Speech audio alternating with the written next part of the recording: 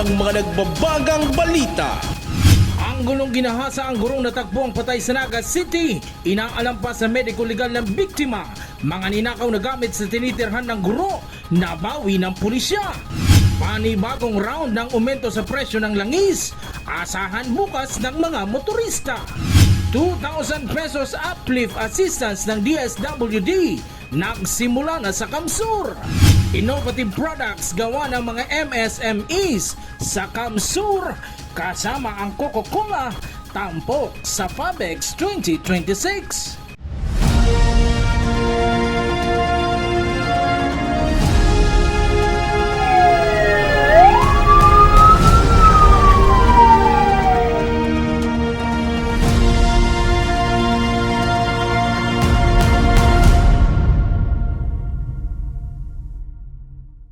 Magandang gabi. Darito ang mga maiinit na balita sa Camarines Sur.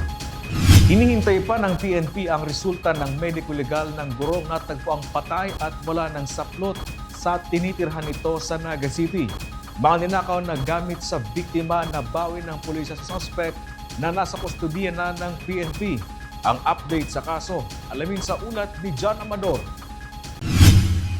Nabulabog ang mga residente ng isang subdibisyon sa Barangay Pacul, Naga City matapos madiskubre ang wala ng buhay at walang saplot na katawan ng isang guro pasado alas 6 ng gabi nitong Sabado, July 18. Sa paunang investigasyon ng PNP, ang live-in partner ng biktima ang nakadiskubre sa katawan ng 28 anyos na guro sa second floor ng kanilang tinitiraang bahay. Dito sa unit na ito sa isang subdibisyon dito sa Barangay Pacul, Naga City, nadiskubre ay pasado alas 6 nitong Sabado ng ka-live-in partner mismo ng biktimang 28 anyos na guro na wala ng buhay. Makikita dito na meron dalawang salamin na bakante sa jealousy na maaaring naging pasukan ng suspect kung kaya nagawa ang krimen. Kinumpirma din ni OIC City Director Police Colonel Rizal de Caballero na suffocation ang ikinamatay ng biktima. Pagka-receive kan report, dapit sa sarong pagkagada na pagtitipon pa ang detalye ng alas 6 min hapon sang Hulyo 18, 2026, ang mga personahe kan Naga City Police Office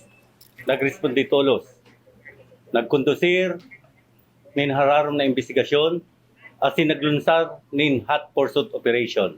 Base po duman sa deklarasyon kang medical legal, suffocation. Nakahuba siya, nakataas ang ang bado, tapos nasa left side ang sayang underwear na bitis.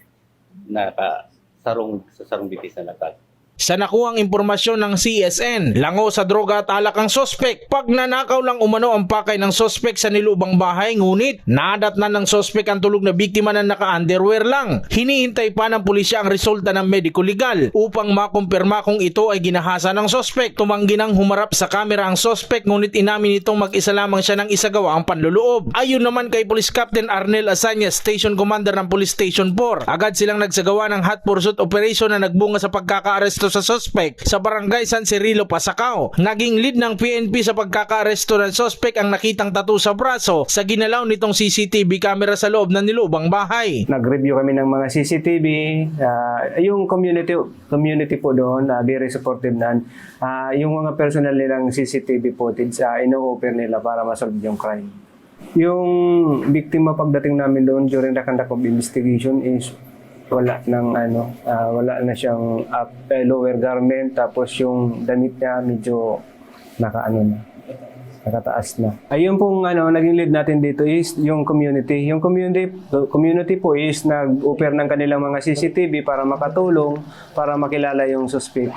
And then yung isa po doon na resident ng may bahay, in-offer niya yung CCTV niya, tig-review namin at doon po nalaman namin na yung suspect is may tattoo.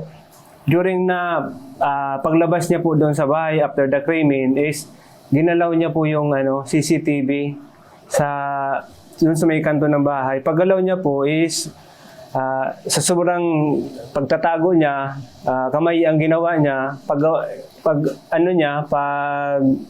galaw niya ng CCTV camera is nakalimutan niya na may tattoo pala siya sa kamay. Nalaman namin na wala na yun doon sa area, ando na yun sa Pasacao, sa Barangay Cirillo, Villare. San Cirilo, yan. Doon na namin po pinalo up at doon namin nahuli. And then later on po, nakuha namin yung nawawalang iPhone, tablet, saka yung ATM card, tapos yung na positively identified kay itong kalibin. Ngayong hapon, inaasahang isasampa ang kaso sa suspect. Nakaburol na sa isang chapel ng isang universidad ang katawan ng biktima na si Teacher Lisel. Jan Amador, CSN. Sinimulan na ng DSWD ang simultaneous na pamamahagi ng 2,000 pesos one-time cash aid sa mga kwalipikadong benepisyaryo sa ilalim ng Unified Package for Livelihoods, Industry, Food and Transport o UPLIFT. DSWD binigyang diin na dumaan sa masusing proseso ang pagpili sa mga benepisyaryo. Narito ang ulat. Kahit pa umano araw-araw nakayod kalabaw ang asawa ni Gina ng Carolina sa Naga City, hindi pa rin sumasapat ang kita ng kanyang mister sa kanilang pang-araw-araw na pamumuhay. Dahil sa mataas na inflation, mataas na bilihin dulot ng pagsirit sa presyo ng langis, may mga punto pa umanong naglulugaw na lang sila, may makain lang. Dain na po, lalo na po ito nagtaraas si Barakalon. Pero itong alos malugaw na sa nangani po kaya dahil po kaya kung si Agum ko lang matrabaho kulang po talaga po kaya ang sahod niya sa paggabi lang po tapos construction, nag-labor po. Kasi naman po ang Isa lang si Gina sa higit 400 na benepisyaryo ng pilot implementation ng pamamahagi ng one-time cash assistance mula sa Department of Social Welfare and Development o DSWD sa ilalim ng Unified Package for Livelihoods, Industry, Food and Transport to uplift ng pamahalaan. Nakatanggap siya at iba pang benepisyaryo ng tig 2,000 pesos one-time cash aid. Ito ang programang inilunsad ng pamahalaan para magbigay ng karagdagang suporta sa mga poor, near poor at low-income households sa gitna ng energy emergency at mapanatili ang kanilang kakayahang makabili ng mga pangunahing produkto. This is based on the PhilSys, this is community-based yung CBMS natin. Alam naman natin yung CBMS, our PhilSys and our LGUs are working closely na makita itong mga listahan na to, itong mga individual na to. Ayon kay DSWD Bicol Regional Director Norman Laurio, kasama si Nanay Gina sa tinatawag na bucket o Group 3 o yung mga low-wage earners. Ang Group 2 naman ay yung mga benepisyaryong poor at near poor households base sa resulta ng survey ng Philippine Statistics Authority o PSA. At ang Group 1 naman ay yung mga 4Ps at walang gutom program beneficiaries. Binigyang diin ng DSWD na pinili ng mabuti ang benepisyaryo ng naturang programa lalo na ang mga nasa Group 2 at 3. Alam nyo, ngayon kasi kung titingnan po natin, hindi pa po natatapos yung ating fuel crisis. Sabi nga ng ating mahal na Pangulo, hindi natin po kontrolado kung anumang sigalot meron ngayon yung ating gitnang silangan. Di ba? So, ito po na uplift payout na to ay malaking bagay dito sa pagtaas ng produktong petrolyo. Alam naman natin that this is parang chain reaction. Pag tumaas siyempre yung ating petroleum products, yung presyo, automatic tumataas din yung presyo ng ating mga pangunahing bilihin. So with this uplift payout, kahit paano ay may ibsan yung nararanasang krisis ng ating mga kababayan. Simula pa lang umano ito ng pamamahagi ng naturang ayuda nationwide at asahang magsisimula na rin sa iba pang mga bayan sa Camarines Sur at mga probinsya sa Bicol Region. Chris Novello, CSN. Kasabay ng mangyayaring barangay at SK elections sa Nobyembre ang plebisito para sa pagiging highly urbanized city ng Naga City. Mahalaga ang plebisito para malaman ang sentimiento ng mga Nagenyo sa pagiging highly urbanized ng lungsod. Si Jan Amador sa detalye. Aprobado na ng Commissions on Election o COMELEC na isabay sa mangyayaring barangay at SK elections ngayong Nobyembre 2 ang plebisito para sa pagiging highly urbanized city ng Naga. Ayon sa COMELEC Naga, makakatipid ang pamahalaan sa pagsabay na ng plebisito sa barangay at SK election. Formalize na po ito kang COMELEC NBank through resolution. Kang Biyernes po nga nagtaon na katong kopya kang resolution kay Mayor Lenny, tapos tinawag naman po akong kopya ni Chairman Garcia na formally na isasabay na po ang barangay SK election with the plebiscite. Siyempre sa mga benefits po kang pagsasabay po kang Inat po, makakatipid po ang government. Kung po isasabay ang plebisito, more or less magagastos na sa plebisito mga 50 million. Pero dahil po na isabay na po sa barangay SK election, ang more or less magagastos na lang mga 22 million. Welcome development naman ito sa Naga, lalo't mahalaga na malaman ang sentimento ng mga Nagenyo sa pagiging highly urbanized ng lungsod. So, dakulaon naman rin na bagay na nagtugot siya na nagtugot siya na isabay na lang. Ang isasagutan ta na lang, itong extra. Yan si number 1. Ang number 2, historically kaya, ang gabo sa plebiscite all over the Philippines, dikiton ang nagpa-participate. Garo na sa mga 37% lang. Ang barangay elections, historically, ang nagpa-participate dyan, mga 60 to 70%. So, mas may expect mas gulpi ang ma-participate sa plebiscite kung kasabay ka niya ang barangay elections. Jan Amador, CSN.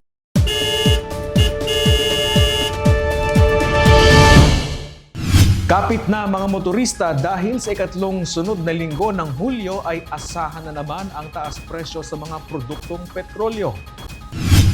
Sa pagtaya ng Department of Energy, 3 pesos and 65 centavos per liter ang itataas sa gasolina, 10 pesos and 68 centavos per liter naman sa diesel at 11 pesos and 77 centavos per liter naman sa kerosene. Ang panibagong round ng aumento sa langis ay kasunod ng re-escalation ng sigalot sa Estados Unidos at Iran sa Middle East.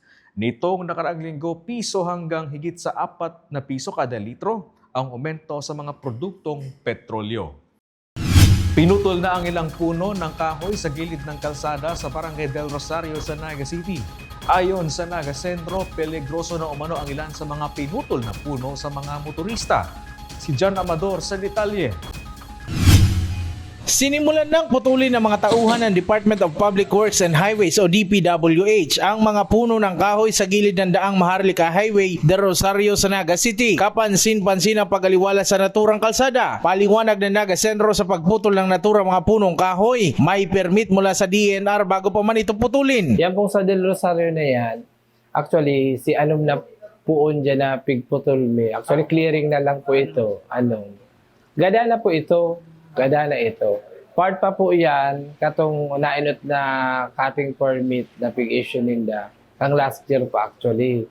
Pagkapira po ito, na-identify na talagang hazardous na nga. Anytime pwede na maputol. Kaso may natadang for dahil po, igwayan mga telcos, mga wire, na nakasabit naman sa kayo na to. Pag hinali mo po ito, malaylay ining mga wire na ini, pwede mag-cause pa ng aladal na naman na danger sa mga nag-aalagi dyan. Ayon sa Senro, mismong Barangay Council ng Del Rosario na nag-request na alisin ang mga ito dahil sa panganib na maaaring idulot nito sa pedestrian maging mga motorista sa lugar. Kung nakaagi pong mga aldaw, si Mana, talagang gada naman si Kaoy, naguhurulog po ang sanga. Ngunyan, igwa na nga ng mga insidenteng nahulugan. Kaya si Barangay Captain Kang Del Rosario nag-request na sa city na ipadagos ng totally haliw na ito. So, inagi pa po yan sa sanggunian, nag-igwa dyan yung committee hearings. Inot po, sa visual inspection pa lang, mahihiling mo na kung ang kahoy, inot, buhay pa ba o gada na? Pangalawa, si location po, nasa luwas na ba siya, nasa gilid kang tinampo, lining ba siya o nakahalos patumba siya? Pangtulo, si health condition kang si kahoy, igwa po ba ng peste, igwa ng hilang, na kung saan binubukbuk na ngaya, o halo na ngaya ang core niya, ang laog, ang tahaw, although healthy pa man si bark niya, pero ang laog, pwedeng matumba yan. Pangtulo, damage ba ang root system niya? Ganun sabihon, baka may inagihan yan kang road widening project kung saan ang main roots niya na damage na, so pwede pa yan matumba na o man. Pang-apat, malumoy ba ang daga o sa location niya? Di ba po kayang healthy si kahoy, talagang marambong siya, pusog siya. Kaso lugar na katindog siya, malumuyo ng maray. So, di kita duros-duros po kaya pwede matumba. Maarog po kayang na mga factors ang pigo-consider para ma-identify na ini hazard tree na ini. Jan Amador, CSN. Mahalagang matutukan ang kalusugan lalo na ng mga soon-to-be mommies. Kaya malaking tulong ang alok ng ultrasound mula sa PHO Kamsur. Si Jem Garcia sa detalye. 7 buwan nang nagdadalang tao si Josil. Ilang buwan bago manganak ay madalas umano siyang makaranas ng pagkapagod at pananakit ng katawan, kaya naman napaka-importante umano ng regular check-up para sa kanya, ngunit mahirap ito sa mga tulad niyang kapos sa budget. Lalo na po sa panahon ngayon na mainit, yung pag-ano po namin sa pagbubuntis namin naglalakad ng mga requirements. And then po yung tuwing sumasakit po yung mga ano namin, yung chat po namin, yung financial po, kailangan din po. Kaya naman sakto ang isinagawang Buntis Congress ng LGU Bula katuwang ang provincial government ng Camarines Sur at Bicol Medical Center na ginanap sa Municipal Hall ng Bula nitong Biyernes, July 17. Ika-4 na taon nang isinasagawa ang Buntis Congress kung saan nagkakaroon ng seminar sa mga soon-to-be nanay at tinatalakay ang mga dapat nilang gawin upang masiguro ang kaligtasan nila at ng kanilang dinadala hanggang sa kanilang panganganak. So, this Buntis Congress, aramdaman baga na ang pinaka-aim kaning Buntis Congress na is safe pregnancy and safety kang sa tuyang mother and the infant. So, magla-lecture beginning first 1,000 days, which is very important kasi ang ibang pagbado sa kalaan ninda, okay lang magbados without any knowledge on pregnancy. So, this first 1,000 days, nagtatakal sindaning kung paano ang care, ang mga kaipon nilang maaraman sa pagpunpa sa napagbados hanggat sa 2 years old kan sa indang baby. So, dahil natatapos digdian sa indang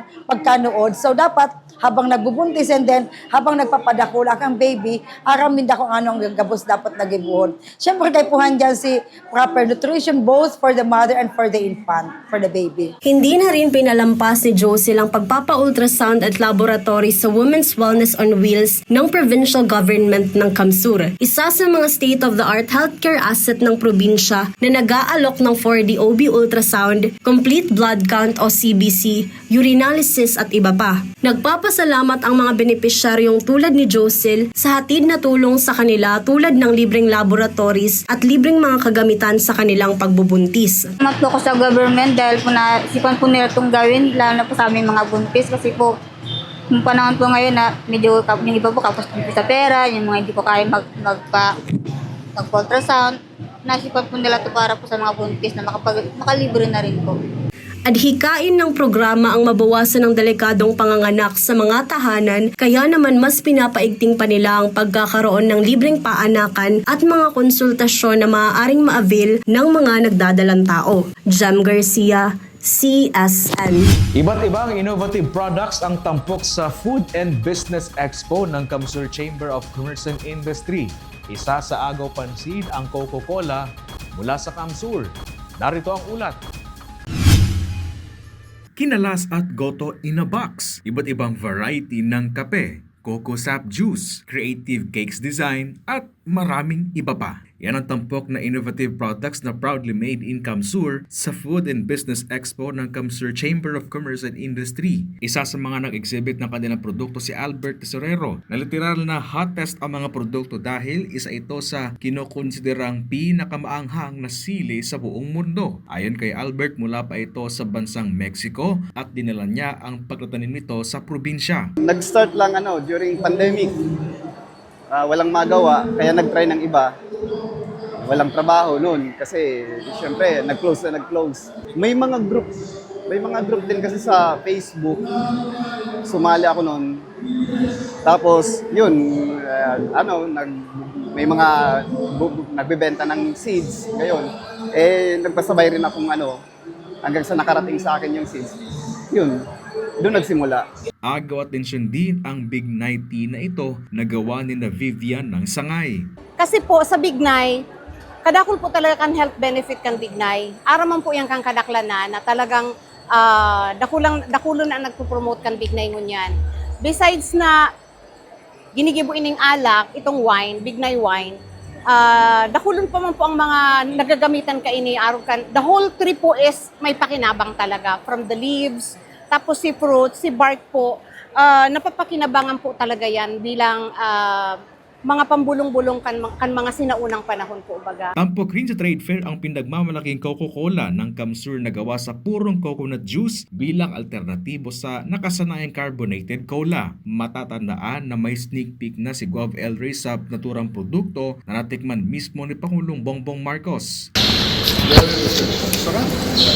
Naging tulay ang trade fair para maging avenue ng mga MSMEs sa Kamsur upang may pakilala pa ang kanilang mga produkto sa local at international market. Chris Novello, CSN.